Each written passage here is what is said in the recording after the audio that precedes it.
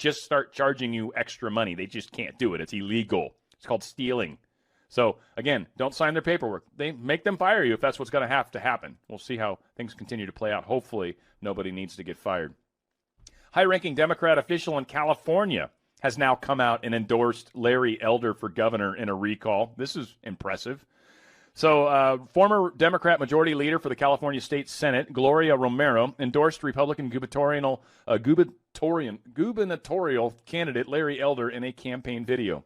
Our public school needs big change. I'm Gloria Romero. I was the Majority Leader of Democrats in the State Senate. I believe in charter schools and in schools' choice. So does Larry Elder, but not Gavin Newsom. He shut our public schools while he sent his 2 kids to private school, Romero says in a video released by the Elder campaign. Yes, I'm a Democrat, but the recall of Newsom is not about a political party. It's about Newsom. Larry Elder for governor. Pretty awesome. And she's right on the money. It really isn't a politician. It's not a political thing. This is Newsom sucks and has to go. Like that lady was sharing in the video I had yesterday, right? I think it was TikTok or whatever the hell she was sharing that on Twitter. She was basically pointing out that you need to make sure that you sign that yes. You bubble in that yes if you're here in California for yes, I want to recall him. Most important thing. That gets him recalled. And then you vote for whoever the hell you want to replace him with. That's, again, your choice, like, right? And I think Larry Elder, I'm on board with the Larry Elder train. I think he is the choice for conservatives, for independents. I think for anybody that really wants to try to get to the bottom of what's ailing California. But good on her. Good on Gloria Romero. That's fantastic to see. So, getting into Afghanistan. So, to start with everything, Afghanistan evacuation. The UK is telling desperate Afghans to get to the border. They're no longer saying the airport. F the airport, and right now, and we're going to get into it, whole lot of crap going on around the airport. I don't know if the expected additional onslaught from ISIS is what's already happened, or if they're saying more is to come. Either or is very possible in my mind. So, British people, the UK, is telling their people, get to the border. Get to the border, and we'll figure out another way to get you out. Do not go to that airport. Do not go to the Kabul airport, period. End of story. Don't do it. So Donald Trump Jr. brought up a great little post here. If we had a real media in America, you'd think they'd make a really big deal about the fact that our greatest ally abroad, Great Britain, literally held our president in contempt over his disastrous and dishonorable withdrawal from Afghanistan. But we don't have a real media, do we? But yes, the Daily Telegraph. Parliament holds the president in contempt. Fantastic. Good on you guys. Love it. Because, yeah, he's a piece of crap. Let's just be honest. So, 3 U.S. Marines have been injured in the first explosion of the 2 that have happened thus far, at least as the time of recording or pulling news stories. A C-130 came under fire as it left Kabul airport. Apparently nothing happened to it. No damage, no injuries, so that's groovy. But there was a giant explosion outside the airport gates, and it killed a bunch of people.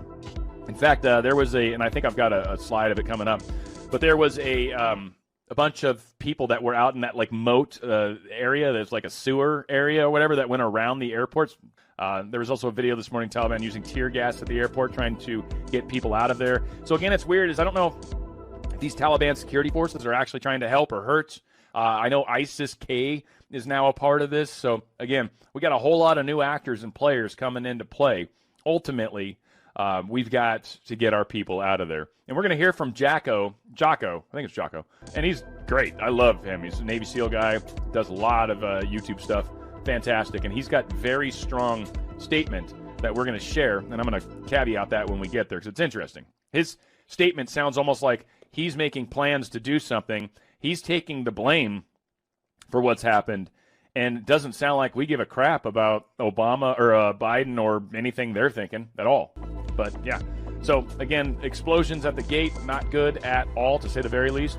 State Department says U.S. citizens at the Kabul airport gates should leave immediately. So, our State Department's been telling people, get to the gates, get to the gates, get to the gates. No one really lets them in once they get to the gates. And then now, on top of that huge explosion outside the gates, who knows how many Americans might have gotten taken down in that. Certainly a lot of people lost their lives. And now, of course, State Department saying U.S. citizens at the Kabul airport gates should leave immediately because of violent threats. They're not doing anything to help them, are they? Nope. Because of security threats outside the gates of Kabul airport, we are advising U.S. citizens to avoid traveling to the airport and to avoid airport gates at this time, unless you receive individual instructions from a U.S. government representative to do so.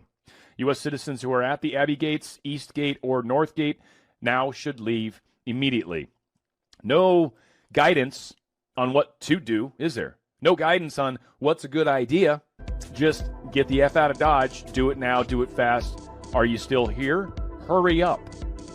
So, horror. Dead and injured lay in the swamp outside the Kabul airport after the bombings. Mass casualties. I mean, it's just horrific. People in bad states. There's a couple videos that I'm not going to play. They're just so horrible. But, yeah, just death and destruction.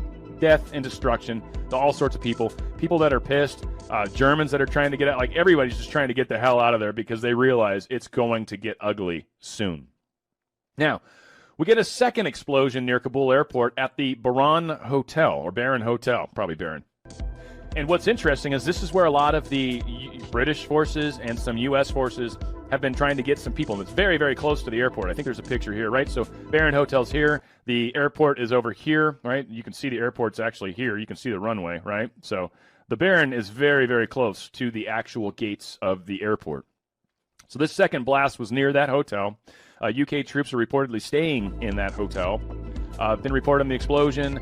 A bit of levity in this horrible time of crisis. What? I feel like this was, kind of a funny thing he's saying at a tough time, and I guess I can appreciate that because that's generally what I try to do is put a little spin on these nasty stories. But I feel a great disturbance in the internet force, as if thousands of op-eds defending Biden for taking a victory lap on his Afghanistan evacuations were quietly deleted at once.